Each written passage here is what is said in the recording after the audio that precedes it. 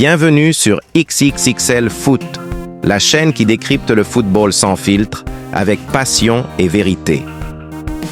Aujourd'hui, on plonge au cœur d'un sujet brûlant qui secoue le monde du ballon rond. Le racisme incessant subi par Vinicius Junior au Real Madrid et les paroles percutantes de Samuel Eto'o qui, une fois de plus, mettent le doigt sur une plaie ouverte dans le football européen. Samuel Eto'o, cette légende africaine, n'a pas mâché ses mots quand il a évoqué les épreuves de Vinicius. Il a vu venir les choses de loin et ses déclarations résonnent plus que jamais après les derniers incidents. Asseyez-vous confortablement, mais avant, abonnez-vous à XXXL Foot. Activez la cloche de notification pour ne plus rien rater. Partagez au maxi, parce qu'on va disséquer tout ça en profondeur, sans tabou, pour comprendre ce qui se passe vraiment sur les terrains et en coulisses. Commençons par le début. Vinicius Junior, ce prodige brésilien arrivé au Real Madrid en 2018 à seulement 18 ans, a tout pour être une icône. Vitesse fulgurante, dribble endiablé et une joie de vivre qui illumine les stades. Mais depuis son arrivée en Europe, sa carrière est entachée par un fléau persistant, le racisme. Pas une saison sans que des cris de singe, des insultes dégradantes ou des gestes haineux ne viennent le viser. Souvenez-vous de ces matchs à Valence où des supporters l'ont traité de mono, singe en espagnol, et où la Ligue espagnole a traîné des pieds pour sanctionner. Ou encore ces rencontres contre l'Atlético, avec des pancartes racistes et des chants odieux. Vinicius n'a pas 3 mois tranquilles sans que sa couleur de peau ne devienne le prétexte à la haine. Et attention, ce n'est pas son style de jeu provocateur qui est en cause. Non, des joueurs blancs comme Cristiano Ronaldo ou même Lionel Messi ont célébré avec panache sans subir le quart de ce que Vinicius endure. Le problème, c'est sa peau noire. Point final. Et Samuel Eto'o l'a compris mieux que quiconque. Eto'o, ce guerrier camerounais qui a tout gagné, 3 Ligues des Champions, des titres en Espagne, en Italie et une reconnaissance mondiale, sait de quoi il parle. Lui-même victime de racisme durant sa carrière, il a toujours été fier de ses origines. « Je ne peux pas devenir blanc, et j'en suis fier », a-t-il déclaré un jour, avec cette force qui le caractérise.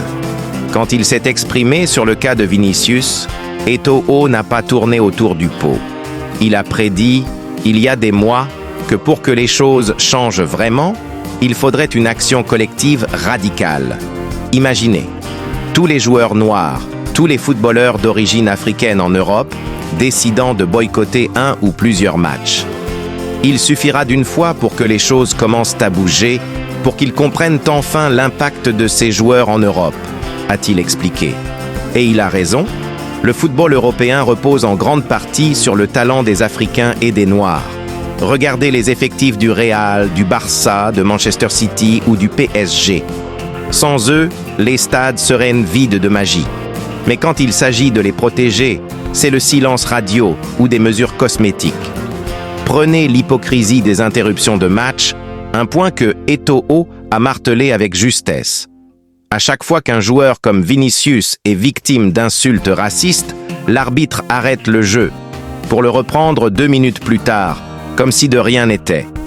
C'est vraiment hypocrite de voir que les matchs sont stoppés dès qu'un joueur subit des remarques racistes, seulement pour reprendre aussitôt comme si tout était normal, a souligné Eto'o. C'est comme mettre un pansement sur une fracture ouverte. On fait semblant de s'indigner, on lance des campagnes « No to Racism », mais au final, les coupables s'en sortent avec une tape sur la main. Et Vinicius, il doit continuer à jouer, à sourire, à danser. Parce que oui, ces célébrations, inspirées de légendes comme Roger Mila, sont vues comme de la provocation par certains. Mais Eto'o le défend. Vinicius est fier d'être noir. Et nous, on est fiers de lui. On adore nos frères renois, comme on dit. Et on ne laissera pas passer ça.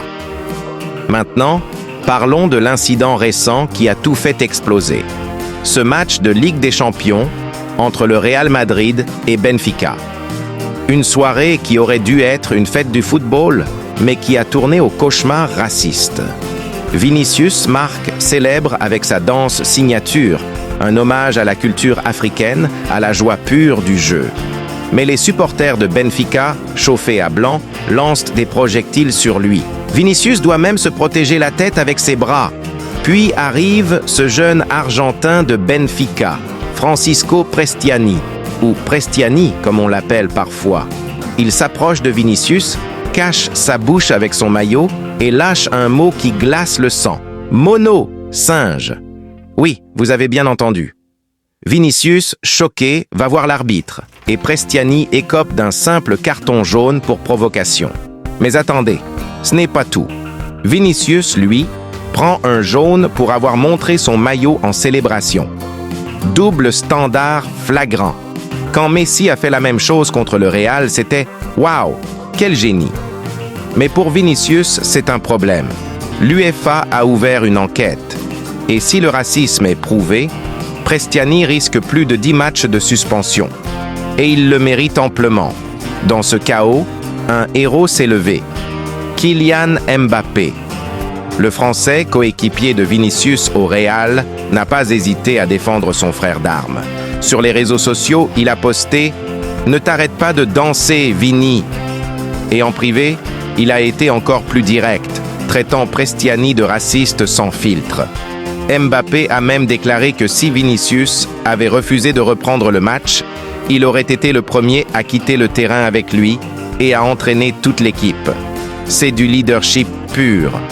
Mbappé comprend que le racisme n'est pas qu'une insulte isolée, c'est un poison qui mine le sport. Et Eto'o approuverait. Il a toujours appelé à cette unité. Nous devons tous nous soutenir les uns les autres. C'est sérieux, comme il l'a répété. Mais pourquoi tant de haine? Allons plus loin. Ceux qui défendent Prestiani ou blâment Vinicius pour son style provocateur ont souvent ce qu'on appelle un complexe colonial. Ils sont colonisés dans leur esprit, incapables de voir au-delà des stéréotypes. En Argentine, d'où vient Prestiani, l'histoire est lourde. Au XIXe siècle, des épidémies ont décimé les populations noires, négligées par les autorités. Puis des politiques de blanchiment ont effacé leur présence. Aujourd'hui, l'Argentine est vue comme un pays blanc, mais ce racisme structurel persiste et il s'exporte sur les terrains européens. Vinicius n'est pas le seul. Rappelez-vous Eto'o, lui-même, insulté à Saragosse où des fans imitaient des cris de singes. Ou encore Mario Balotelli en Italie, Dani Alves au Barça avec la banane jetée. Le football est un miroir de la société et il est temps de briser ce miroir déformé. Et le ballon d'or dans tout ça? Vinicius était un candidat sérieux, mais il ne l'a pas eu. Pas à cause de son comportement, non. Regardez Rodri, qui a été suspendu en 2023 pour un incident bien plus grave et qui l'a remporté. Non, c'est le racisme ambiant qui a joué. Eto'o l'avait vu venir. Sans action forte, les Noirs resteront des seconds rôles dans l'histoire officielle du foot. Mais Vinicius ne baisse pas les bras. Il danse, il marque, il inspire. Et nous, sur XXXL Foot, on le soutient à fond. Parce que le football doit être une fête pour tous, pas un terrain de haine. Pour conclure, les mots d'Eto'o résonnent comme un appel au réveil.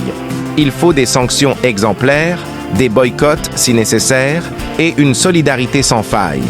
Le racisme n'a pas sa place dans le sport.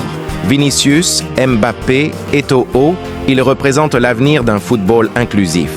Et toi, qu'en penses-tu? As-tu déjà vu du racisme dans un stade?